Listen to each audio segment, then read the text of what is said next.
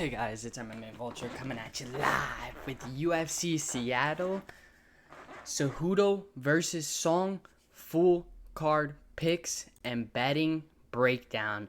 I'm excited for this card. We're going to be live for the UFC main card fight companion at 9 Eastern time, so make sure you guys tune in for that. And let's go ahead and jump right into it with the first bout of the week being Modestas Bukauskas versus Rafael Cerqueira. I am on the Modestas Bukauskas side over Rafael Cerqueira because I think the level of competition that Rafael Cerqueira has faced is not UFC caliber. If you look at Cerqueira's fights, you have the loss to Ibo Aslan where he got absolutely starched. Then the win over Araujo over in demo fight 6-3. The win over in demo fight versus Diaz, 1-1. Then the win over in whatever this promotion is, over in Azevedo, against Azevedo, who's 4-1. Again, the level of competition really isn't there for Rafael Cerqueira. And the first time he sees UFC caliber fighter, he gets absolutely starched. I think this fight against Modestas Bukauskas is an easy one for Modestas Bukauskas, to be completely honest. I think striking-wise, he's a lot better of a striker. I think he's a more accurate striker. I think he's got more power than Rafael Cerqueira. I think he's going to be the cleaner, quicker striker over Rafael. Not only that, if he has any trouble in the striking department, he has grappling. He has strong takedowns. He knows how to maintain control of you when he gets you down. Not only that, he's got quick transitions and tricky submissions. I gotta go with Bukauskas. I think that anywhere this fight goes, he has the advantage over Rafael. Rafael is just not UFC caliber, to be completely honest. Yes, Bukauskas lost to Vitor Petrino, but let's not forget Vitor has devastating knockout power. So if you get caught and clipped, you're going out, no matter who you are. And then you have the win where he beat Marcin Prachnio via submission. So he is no bum, no slouch. He has been up there against some really, really good skilled fighters and beat them. Then you have the win over Zach Paga before that. The win over Tyson Pedro before that. And then the win over Chuck Campbell before that. He has faced really, really good opposition and beat them. And now you give him Rafael Cerqueira, who lost his debut to Ibo Aslan and got starched. I think that Modestas Bukauskas is in for a win here, and I think that we could see him deliver a finish, to be completely honest. And let's go ahead and look at the fight odds for this fight. With Rafael Cerqueira sitting at a plus 260, Modestas Bukauskas sitting at a negative 310, I like Modestas Bukauskas. Like I said, I think everywhere this fight goes, I think he has the advantage. I think he's the slicker striker. I think he's got more pop in his shot. Not only that, he's got better grappling and trickier submissions than Rafael Cerqueira. So I really think everywhere this goes, like I said, he has that advantage, and that is why I'm going with Modestas Bukauskas. And then we have the over 1.5 sitting at a negative 115, under 1.5 sitting at the same thing, negative 115. So they see it as it could possibly go over, but it could also possibly go under. I think that Rafael Cerqueira is going to get absolutely demolished. I really do. I think that he's not UFC caliber. I think that Modestas Bukauskas is, and he's been up there with some of the higher skilled fighters. And I think that we could see him deliver a finish over Rafael Cerqueira. And let's go ahead and run it to the next fight on this card in Nick Klein versus Mansur Abdul-Malik. I like this fight, but I think that there's only one way to go, and I think it's Mansur Abdul-Malik. I think that Nick Klein is an all-right fighter. I mean, he's mainly a grappler that has strong takedowns. He's got quick transitions. He's got tricky submissions. He knows how to maintain control of you when he gets you down. That's his bread and butter. But he's going up against somebody that has just as good as wrestling as him or grappling as him. Which is why I think that this is mainly going to be a striking fest. I see these two. I see Mansur kind of keeping this on the feet, even though I do think that he has just as good of grappling. I think he uses it more. He uses the grappling more as a defensive grappling this fight, and keeps it on the feet and delivers a knockout finish over Nick Klein. That's where I see this fight going. I think Mansur is a lot better of a striker. I think he's got the knockout power over Nick Klein. I think he's also more slick and technical on the feet over Nick Klein. I mean, Abdul literally has the knockout finish over Dusko Todorovic, the knockout finish over Wes Schultz, the knockout finish over in LFA over Alan St. Jealous, and the knockout over in Shogun. I mean, he has brutal knockout power. He knows how to put himself in positions to use it to the best of his abilities. And I see that happening here. I think that we're going to see Mansur use his grappling to keep this on the feet and use it defensively to make sure Nick Klein doesn't get him down to the ground. And instead, start striking with Nick Klein and knocks him the fuck out. That's ultimately what I see happening. And that's my call. Mansur by knockout over Nick Klein, because Nick Klein hasn't faced the level of opposition of Mansur. And let's look at the fight odds, in which we have Mansur sitting at a -900, Nick Klein sitting at a +600. I think these odds are right. I think Mansur has the better striking. I think he even has just as good of grappling as Nick Klein. And I think we're going to see a striking showcase from Mansur. And we're going to see an absolute brutal finish from him as well. Let's go. Mansur by knockout, over 1.5 sitting at a +160, under 1.5 sitting at a -200. The odds makers agree with me. I think this fight definitely goes under, and I think it's Mansur by knockout sitting at a -225. And let's go ahead and run it to the next fight on this card in Ricky Simón versus Javid Basharat. And in this one, I am on Basharat. I think Basharat beats Ricky Simón. I think that Simón is kind of to the later end of his career. He really hasn't been looking the best as of lately. Been looking a little bit awkward and clunky on the feet. I mean, he has multiple losses. Yes, they're to some relatively good and highly skilled opponents in Vinicius Oliveira, who recently beat Said Nurmagomedov, which I picked him to beat Said over. And then the loss to Mario Batista. Then the loss to Song Yadong before that. I mean, Song Yadong is fighting Henry Cejudo, so those are very good losses, to be completely honest. They're not bums. They're against relatively good competition that is highly skilled. So I could see why some people might pick Ricky Simón, but I am on the Basharat side. I think that even though he's coming off of the loss to Ayman Zahabi, Zahabi is a great, highly skilled fighter. And there were moments for Basharat in that fight, to be completely honest. I think that his striking looked good. He had quick hands. He had clean combinations. He likes to strike from the outside, so I see that being used here against Simón. I also see the jab of Basharat going to town on Simón, kind of maintaining that distance, kind of keeping Simón at bay. Not only that, if he has any trouble in the striking department, he can throw it to the grappling side of things. He can use his grappling in the sense of taking down Ricky Simón, using his strong takedowns. Not only that, he can maintain control of Ricky Simón when he gets him down to the ground. He likes to advance positions, which is something to also note about Basharat. He's good at advancing positions when he's on the ground. And he's got tricky submissions. So I like Basharat. I think that he could beat Ricky Simón. Though Ricky Simón is no easy task, I see a path to victory for Ricky Simón as well. But the only way I see it is if he turns this into an absolute brawl. If he turns this fight into a brawl, I see Ricky Simón being the better inside boxer. I think he's got nastier elbows. I also think he has disgusting knees up the middle. I think that we could see Ricky Simón win if he turns this into a brawl, but I don't see that happening. I think Basharat keeps that distance, maintains the distance, kind of peppers Ricky Simón, kind of tags him, enters in, exits the pocket, is able to piece up Ricky Simón with his clean, quick combinations, and I think he wins it via decision. I think Ricky Simón is tough to get out of there, and I think Basharat gets the decision win. And let's go ahead and look at the odds in this fight, with Ricky Simón sitting at a +250, Basharat sitting at a -300. I like Basharat to win this via decision. I think it's going to be a tough tit-for-tat type of style fight, in which Basharat is the more technical fighter and gets the better damage and outstrikes him. And Basharat sitting at a -300, Ricky Simón sitting at a +250, like I said, over 2.5 sitting at a -350, under 2.5 sitting at a +275. So the odds makers agree. I mean, I think that this hits the cards, and I think it's Basharat walking away with the decision victory. Let's go. And let's run it to the next fight on this card in Nursulton Ruziboev versus Eric McConico. And I like this fight. I like this matchup. I believe Ruziboev is taking this on short notice.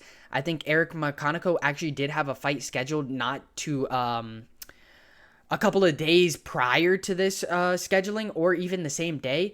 So he was already ready, but so is Ruziboev. I mean, if you look, he was still in camp, he was still training, so that is why I'm going with Ruziboev. I think that though he's coming off of the loss to Joaquin Buckley, I mean, Joaquin Buckley is top ranked. He's one of the best welterweights out there.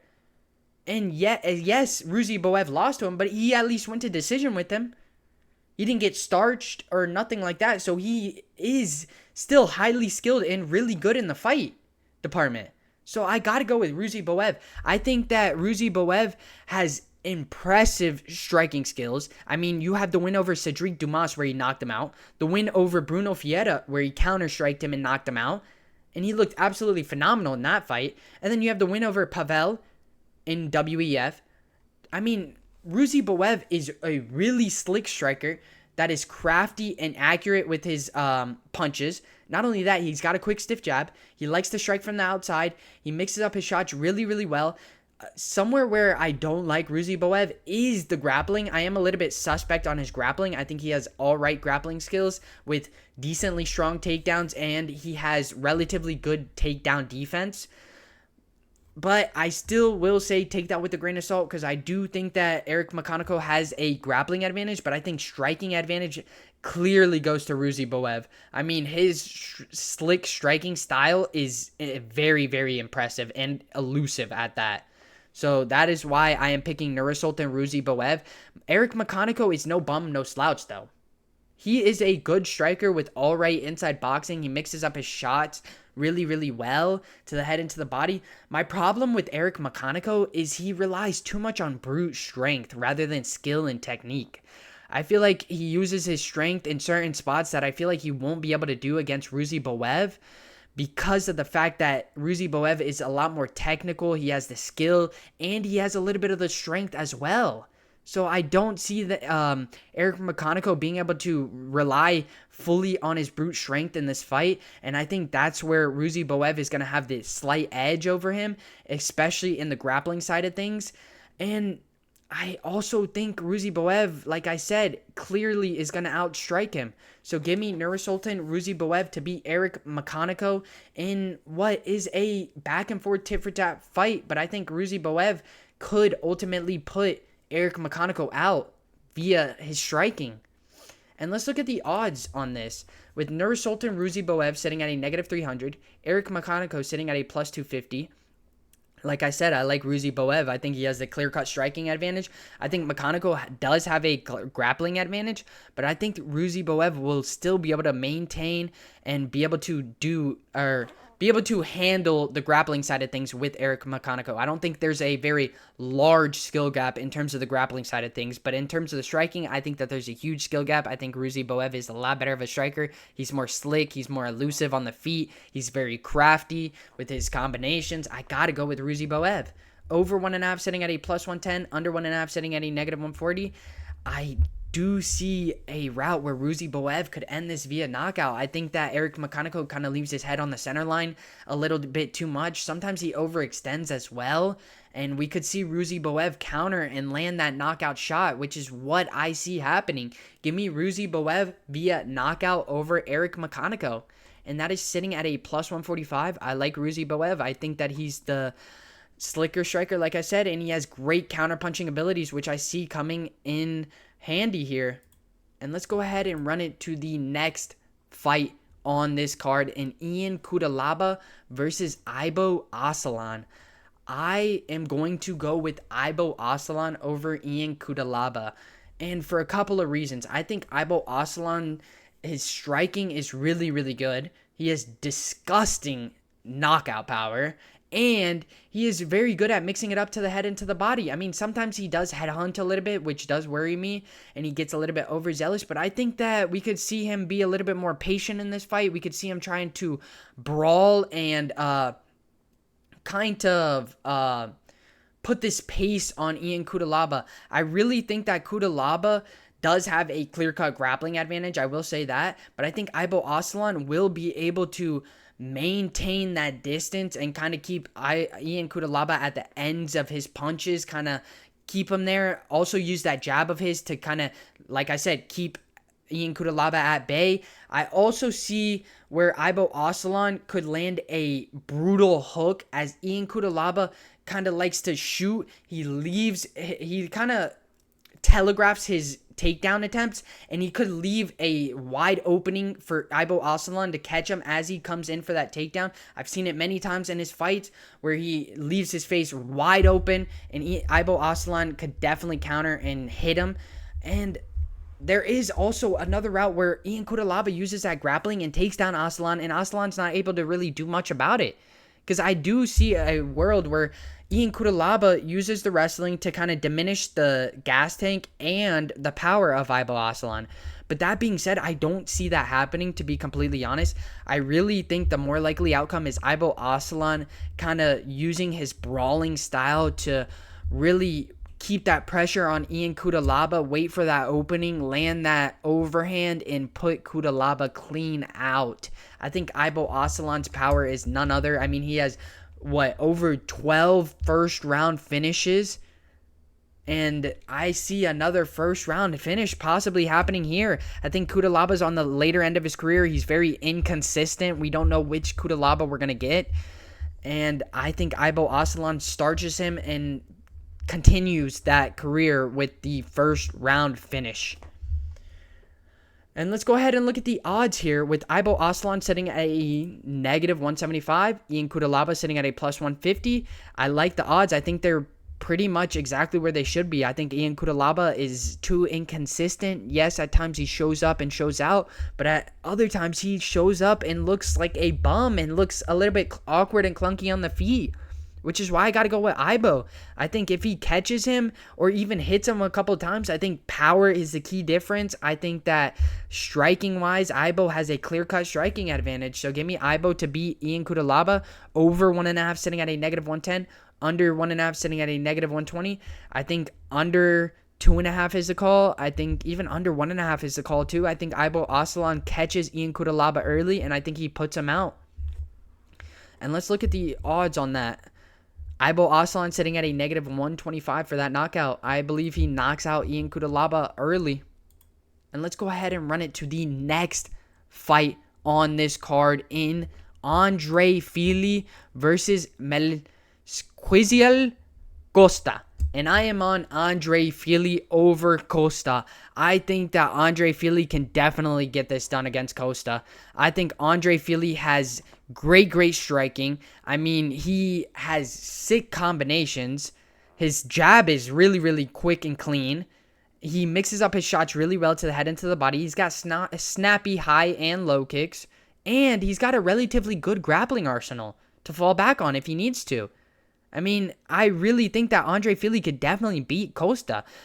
Given that Andre Fili, yes, is coming into the older age of things. He's about to be 35. I still think he's got it. He has the win over Cub Swanson. The loss to Dan Ige. Dan Ige he's Dan Ige. I mean, he's a savage. He's got devastating knockout power with lethal hands. And then you have the win over Lucas Almeida, where he knocked him out.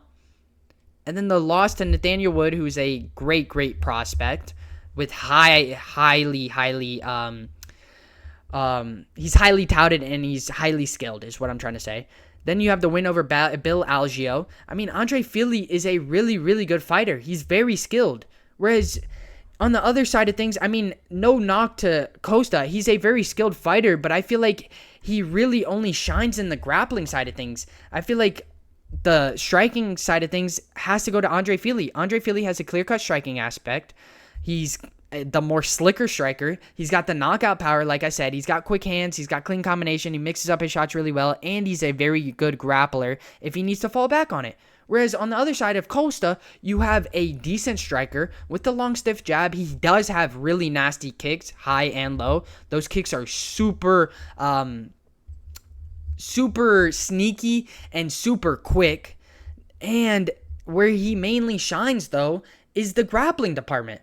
He's got good grappling with tricky jiu-jitsu. and tricky submissions, and he knows how to maintain control of you, but he's more or less just mainly a grappler. Like, yes, he has all right striking, but where he shines in the striking department is mainly kicks. And kick knockout really is very unlikely to happen, to be completely honest. I'd rather take hands than kicks, to be completely honest. So I'm going with Andre Fili. I think that he could knock out Costa, though I think that it's going to be more of a decision finish. I think it's going to be a tit for tat back and forth fight between these two. I see Andre Fili snubbing the takedowns of Costa, keeping this on the feet. I think Costa's going to want to take this to the ground. I think Andre Fili's going to want to keep this more on the feet. I think he's going to more or less use the grappling defensively to maybe counter Costa as he's trying to take him down. He'll find the takedown himself, garner that control time, or we're going to see him use the grappling defensively in the sense of getting away from the grappling of Costa, keeping it on the feet, and absolutely piecing and outworking and outstriking Costa, which is what I see happening. I think we see Andre Fili using his grappling defensively and outstrikes and outpicks apart Costa. And let's go ahead and look at the odds on this fight. With Costa sitting at a -105, Andre Fili sitting at a -115. I mean, this is pretty much a coin flip, to be completely honest. I like Andre Fili. I think he has the striking advantage. I think that Costa does have a little bit of a grappling advantage, but I still think that Andre Fili defensively can snub the takedowns of Costa, keep this on the feet, and outstrike and outdamage Costa. Over 2.5 in this fight, sitting at a -210. Under 2.5, sitting at a +170. I could see this going the distance. I think Andre Fili is more than likely going to finish this via decision. So give me Andre Fili via decision. And let's go ahead and run it to the main card opener in Alonzo Menifield versus Julius Walker. And in this one, I went back and forth with this one, to be completely honest. I didn't know who I was going to pick, whether it be Alonzo Menifield, whether it be Julius Walker. I really didn't know who I was going to pick, but I went with Alonzo Menifield over Julius Walker. I cannot go against somebody who is already in the UFC, who has won in the UFC, and has proven himself against some really good competition. Yes, he has been looking terrible as of lately. I'm going to be completely honest. There's no sugarcoating it. He's coming off of 2 losses, a knockout to Azmat Murskanov, a knockout to Carlos Olberg, but those guys are both really highly ranked in terms of skill-wise. And not only that, he has the win over Dustin Jacoby, who is a really highly skilled fighter as well in the UFC. So we can't just forget about that. And then the win over Jimmy Crute. I mean, he has some really nice wins against some good competition. Yes, maybe they're not at the level of grappling ability as Julius Walker, I will say that. I still think that we're going to see Alonzo Menifield get the better of Julius Walker. I think that Alonzo Menifield is going to turn this into a brawl. I think the power side of things goes to Alonzo Menifield. I think strength-wise is going to go along with Menifield. I think that, yes, he has a little bit suspect of grappling. I still think we could see Alonzo Menifield land the better strikes, be able to keep Julius Walker off of him with his strength and his decent grappling. Take that with a grain of salt. But ultimately, he is taking this fight on short notice. This is one of the fights I will probably definitely stay away from in terms of betting for sure, because of the fact that Alonzo Menifield is taking this on short notice and the fact that Alonzo Menifield's grappling is a little bit of a suspect. I do still think that he could snub a couple of Julius's takedowns just off of his technique and a little bit of his brute strength. I think that he could keep it on the feet, outwork, and outstrike Julius, and maybe even land a knockout shot on Julius. I mean, I really think that the level of competition that Alonzo Menifield has been up against is a lot greater of competition than Julius Walker. Yes, Julius Walker hasn't been up against bums. I will say that. He's been up against Myron Dennis, 20-11. Been up against Bevan Lewis, 7-5. Been up against Niall Bartling, 6-1. He's not going up against these 0-1s, these 1-1s, these 1-0s. He's going up against really good competition in the sense that they have fight experience. So Julius Walker, I do think is live because he has a clear-cut grappling advantage, but I do think he lacks in the striking a little bit. I think that he kind of leaves his head on the center line, kind of overextends at times, kind of leaves himself for openings in which Menifield can definitely exploit and catch him and knock him out. That is ultimately why I'm going with Alonzo Menifield over Julius Walker. And let's go ahead and look at the odds here with Alonzo Menifield sitting at a negative 208. And Julius Walker sitting at a plus 178. I think that Alonzo Menifield is live. I think he has a clear-cut striking advantage. I think strength advantage goes to Alonzo Menifield. I think we're going to see him snub the takedowns of Julius Walker. Yes, Julius Walker eventually will land one. I mean, I do believe that Walker could land one eventually, but I see Alonzo Menifield being able to get back up to his feet, being able to outstrike, being able to counter-strike Julius as he overextends at times and find that knockout shot. I really do believe Menifield is going to be the better fighter here. I think he's going to thrive and turn it into a brawl where he shines, which is why I'm going with him. Over 1.5 sitting at a plus 110, under 1.5 sitting at a negative 140.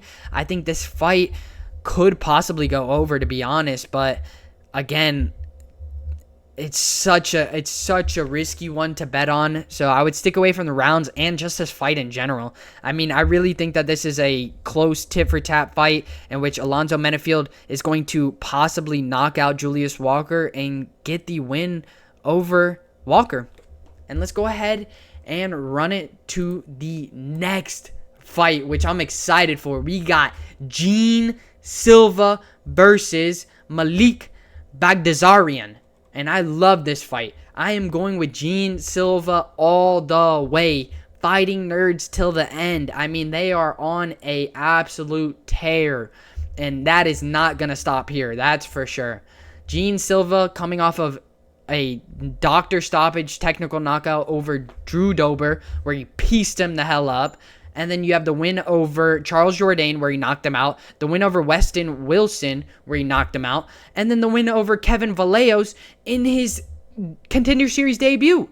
Gene Silva is a highly skilled, highly touted prospect with devastating striking abilities. He's got slick striking with devastating knockout power, quick hands. He's got crafty combinations. He's got nasty inside boxing. He's a really, really, really, really talented striker. I mean, he isn't only a talented striker.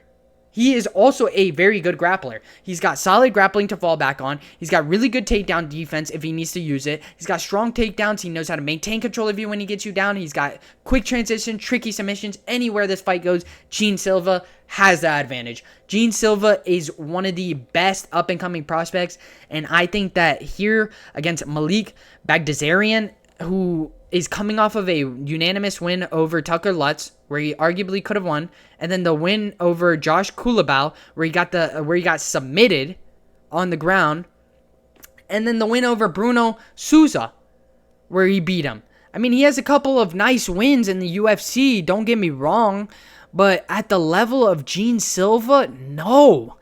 I see Gene Silva being able to handle all these fighters and delivering a brutal finish over them. So how do I see it happening against Baghdasaryan? I see it happening brutally. I see Gene Silva knocking him clean out. I mean, dude, the striking advantage has to go to Gene Silva. He's way slicker of a striker. He's way more accurate of a striker. He's better at being elusive and being able to enter and exit the pocket and tag his opponent without being tagged on the way out. Not only that, sometimes Baghdasaryan leaves his head on the center line, leaving him to getting clipped. And you cannot do that against Gene Silva. He will clip you, which is why I'm going with Silva. I think he knocks out Malik Baghdasaryan, and I think he gets it done early, to be completely honest. I think Baghdasaryan's going to look to try and take this to the ground, but I don't see him being able to take down Gene Silva and be able to control him. I see Gene Silva being able to burst back up to his feet if he gets taken down, or even being able to reverse it on Baghdasaryan and getting top control on him and landing some brutal ground and pound. Give me Gene Silva over Baghdasaryan. And let's look at the odds here. Gene Silva sitting at a negative 560, and Melsik Baghdasaryan sitting at a plus 410. I agree with these odds. I think Gene Silva has a clear-cut striking advantage. I think grappling-wise, it's a very close fight in terms of grappling, but I think that Gene Silva will be able to use the striking to absolutely dismantle and destroy Baghdasaryan. And over 1.5 sitting at a negative 170, under 1.5 sitting at a plus 140. I think under 2.5 is a call. I think that Gene Silva is going to get rid of Baghdasaryan, and I think it's going to be by knockout, sitting at a plus 110. I think he's got lethal hands with devastating knockout power and deadly accuracy. So got to go with Gene Silva on that one. And let's go ahead and run it to the next fight, in which is a featured fight of this card with Rob Font versus Gene Matsumoto. Rob Font was supposed to be going up against what's his face? Rob Font was supposed to be going up against oh my god, I can't even remember. He was supposed to be going up against somebody else, but they ended up pulling out, and then we had Gene Matsumoto ended up taking this on short notice and coming in up against Rob Font.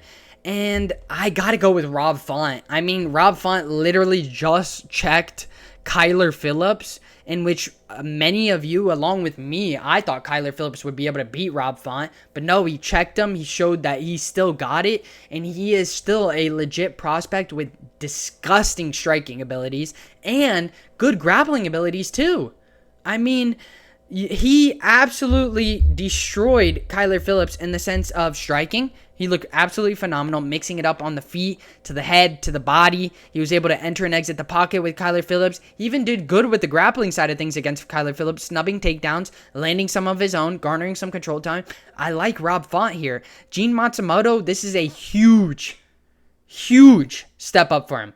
And I'm not even understating that. This is a massive step up in competition for him. You have the win prior to Brad Katona, where he lost one round, got cut, and was kind of just not looking the best in that round against Brad Katona. And how do you think he's going to fare up against Rob Font striking when he got absolutely demolished in that one round against Brad Katona? Yes, he beat him, obviously. But striking from Brad Katona to Rob Font is a huge skill gap. Huge skill gap. So I got to go with Rob Font. I think that Rob Font is going to be able to outstrike Gene Matsumoto. I think that he's got deadly inside boxing with nasty knockout power. He's got the quick, stiff jab, which I believe is going to go to work here, because Rob Font's jab is super disgusting and sneaky. He's going to tag Matsumoto, keep him on the end, maintain that distance, mix up his shots really well to the head and to the body. And if he has any trouble with the striking, he's got solid grappling, he's got strong takedowns, he's got quick transitions, and he's got tricky submissions. I like Rob Font everywhere this fight goes. I think Gene Matsumoto is a really good and highly skilled prospect, but I think this is too big of a jump for him. I think this is way too big of a jump for him.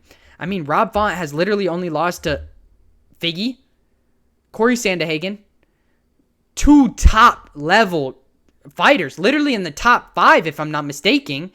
And then you have the loss to Marlon Vera, where he had his number. I mean, the high kicks were absolutely giving Rob Font a trouble.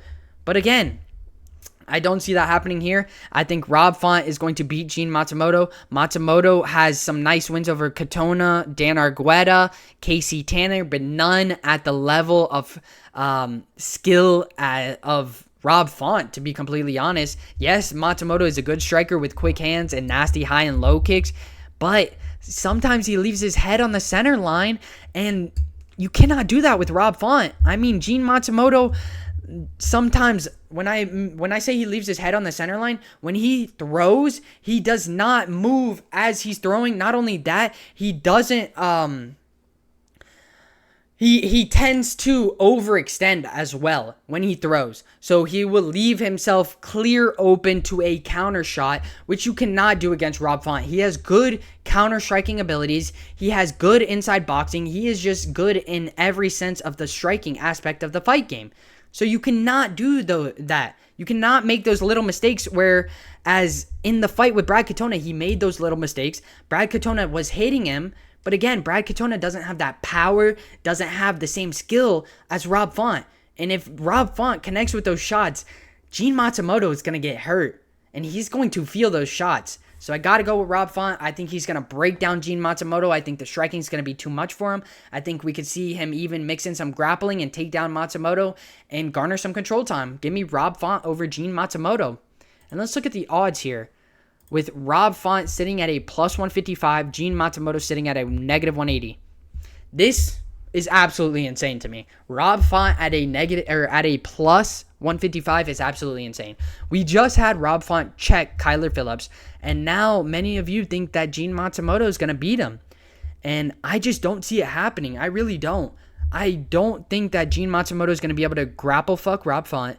I don't think he's going to be able to outstrike Rob Font. So I really don't see a path to victory. I think Rob Font is too much of a step up, and I think he's going to handle Gene Matsumoto. I think it's going to be a very good fight, but I think that Rob Font's going to break him and beat him. Give me Rob Font over Gene Matsumoto. Over 2.5 sitting at a negative 400. Under 2.5 sitting at a plus 300. I think this fight goes to the cards, and I think it's Rob Font getting the better of Gene Matsumoto. And let's go ahead and run it to the co-main event of the evening in Brendan Allen versus Anthony Fluffy Hernandez. I am going with Anthony Fluffy Hernandez. He previously fought Brendan Allen, previously beat him, and I think he's going to beat him again. I think that he has progressively gotten better. Yes, Brendan Allen has gotten better too, but I think that Anthony Fluffy Hernandez has gotten a lot better progressively. Like his striking and his grappling have gotten so much better. You have Anthony Fluffy Hernandez, who recently beat Michael Pieta, absolutely destroyed him. And then you have the win over Kopylov, which looks good now for sure. Kopylov just recently beat Chris Curtis.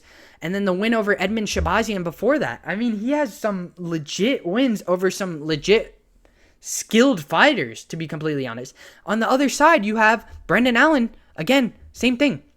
Recently lost to Nasruddin Imavov. I mean, that aged like fine wine because he beat Israel Adesanya and knocked him out. And Brendan Allen was able to go all 5 rounds. And then you have the win over Chris Curtis before that. Then the win over Paul Craig before that via submission. So you have 2 really highly skilled fighters. I mean, if we look at this, you have really, really good grapplers on both sides of things. So let's go ahead and take out the grappling side of things.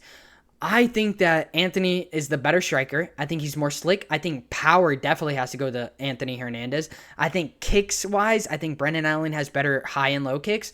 But I think overall, it's Anthony having the better striking and more power that's going to get him the win. I really do. I think that grappling-wise, they're at pretty much an even grappling side of things. I think that striking-wise, the advantage goes to Anthony. I think that Anthony's going to win it here. I really do. I think that Brendan Allen has already kind of admitted that he wants to move up in weight, so he already has that in the back of his mind. I think that we could see Anthony give him his final send-off.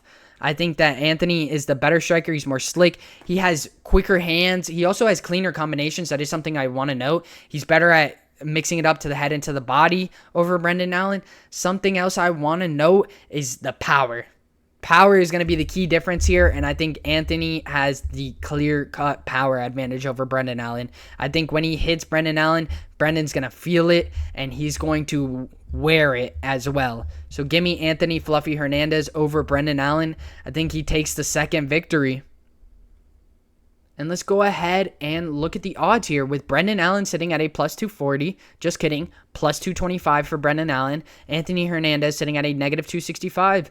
I like Anthony Fluffy Hernandez. I think that if we take out the grappling side of things, he's the better striker. And I think if we include the grappling side of things, he's just as good of a grappler as Brendan Allen. He's got tricky submissions just like Brendan Allen. He's got quick transitions, maybe even quicker transitions than Brendan Allen, to be completely honest. Not only that, he's better at landing takedowns over Brendan Allen, in my opinion. So I got to go with Anthony Fluffy Hernandez. Over 2.5 sitting at a negative 145. Under 2.5 sitting at a plus 115. I honestly think that this could go under 2.5. I think that Anthony Fluffy Hernandez can get rid of Brendan Allen. And I don't see it happening via submission. I think he can knock him out. I really do. I think Anthony's hands are a lot better. I think that his counter-striking abilities are a lot better. I think we could see him clip Brendan Allen and put him down on the ground. And that is ultimately my call. I think Anthony Hernandez is going to shock us all and fold Brendan Allen. And let's go ahead and run it to the next fight on this card in the main event. If you guys haven't, make sure you guys like and subscribe, and make sure you guys go ahead and join the flock. We got the flock down below. We got members only Discord, members only shorts, members only live streams, and members only live bets in the group chat. So if you guys want to go ahead and join, it's in the description below. And let's go ahead and jump right into the main event of the evening with Henry Cejudo versus Song Yadong. I like Song Yadong. I really do. That is my pick here. I think that Henry Cejudo is coming to the later end of his career, though he is coming off of two slightly impressive losses to Merab and Sterling. I mean, not the Merab. He got absolutely demolished in that one. But the slightly impressive with Aljamain Sterling getting the split decision loss there. I mean, yes, he still has some skill. And yes, he's still a good striker and a great grappler. It's just, dude, the new generation is coming in to take over. And I think Song Yadong can get it done here. Song Yadong coming off of the loss to Piotr Yan, where he looked good. I mean, striking-wise, grappling-wise, there was moments in both aspects of the fight game against Piotr Yan, and I think that he could definitely get it done here. He has the win against Chris Gutierrez, the win against Ricky Simon where he knocked him out, the loss to Corey Sandhagen, and the win to Marlon Moraes. I mean, he's only lost to the best of the best in the division, in which I think that Henry Cejudo would lose to Piotr Yan and Corey Sandhagen, to be completely honest. So I got to go with Song Yadong. I think that striking-wise, he's a solid striker with clean counter-striking abilities. He has heavy hands as well. He's got quick, clean combinations, and he's a solid grappler if he needs to use that. If he needs to fall back on the grappling side of things, he's got grappling in the back of his belt. He's got good takedowns. He's got tricky submissions. He's got quick transitions. I like Song Yadong anywhere this fight goes. Song Yadong has been super active as well. That is something to note. Henry Cejudo in the past 5 to 4 years has only fought twice, as you guys can see, or 3 times if you want to count the Dominic Cruz fight. Has only fought 3 times. Whereas if you look at Song Yadong, he has fought, well, you can't see all of it, but he has fought 9 times in the 2-fight period between Henry's fights. He's fought like 9 times. So Song Yadong is consistently getting in the ring, consistently getting better, and consistently progressing. So I gotta go with somebody like Song Yadong over Henry Cejudo, who is just kind of just there, to be completely honest. I mean, I feel like Henry Cejudo at this time of his fight career is just part-time, to be completely honest. He has his podcast. He has interviews. He does all these other things, and he's not really mainly focused on the fight game like he used to be. I mean, he's already really accomplished, so he doesn't have that drive or that urgency that he used to. So I gotta go with Song Yadong. I think the up-and-coming prospect and the new generation is taking over, and I gotta go with Song Yadong over Henry Cejudo. I think he's got the striking advantage. I think grappling-wise, it's very close, but I think Song Yadong can be able to snub the takedowns of Henry Cejudo, land some of his own, garner some control time, and beat the crap out of him via decision. I think it goes to decision. And let's go ahead and look at the fight odds here, with Henry Cejudo sitting at a plus 247, Song Yadong sitting at a negative 287, over 4.5 sitting at a negative 165, under 4.5 sitting at a plus 135.